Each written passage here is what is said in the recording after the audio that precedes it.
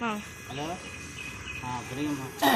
ప్రియ శ్రోతలారా, మరి ఇక్కడ నేను పెరట్లోని కొన్ని మొక్కలు వేశాను. ఎందుకంటే మన సొంతంగా పెంచుకుంటే కానీ దాని యొక్క ఆ మంచి పదార్థాలు, మంచి విత్తనాలు కలిగిన పచ్చిమిర్చి చెట్లు వేసాను.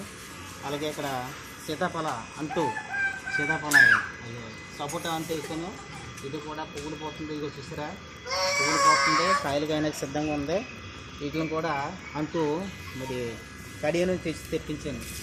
ఇది టేకు మొక్క మరి మా ఈ విత్తనాలు తెచ్చి వేసాను. ఇది కూడా మంచి టేకునిస్తుంది. ఇక్కడ కూడా పుదీనా మొక్కలు అంటే పెరటి పెంచుతున్నాను. ఈ పుదీనా అప్పుడప్పుడు మనం బిర్యానీ చేసుకోవడానికి, పచ్చడి చేసుకోవడానికి ఇవన్నీ కూడా ఉంటాయి. అలాగే పచ్చిమిర్చి, ఇది కూడా పచ్చిమిర్చి చెట్టు వేసాను. ఈ పచ్చిమిర్చి కూడా మాకు మరి ఉపయోగపడుతుంది. ఎందుకంటే ఏమీ లేనప్పుడు ఈ కూరగాయలు కోసుకొని మేము వంటలోకి ఉపయోగించుకునే బాగుంటుంది. తోటకూర కూడా వేసానండి. అప్పుడప్పుడు తోటకూర కూడా మరి అత్యవసర పరిస్థితులు కూడా ఈ తోటకూర వేసి ఉంటున్నాం. అలాగే కలబంద మొక్క వేసామండి, ఔషధం. అలాగే మరి ఇక్కడ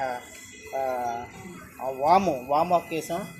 దగ్గు ఇటువంటిది ఏమీ రాకుండా చేయడానికి కొన్ని ఔషధ మొక్కలు కూడా వేసాం.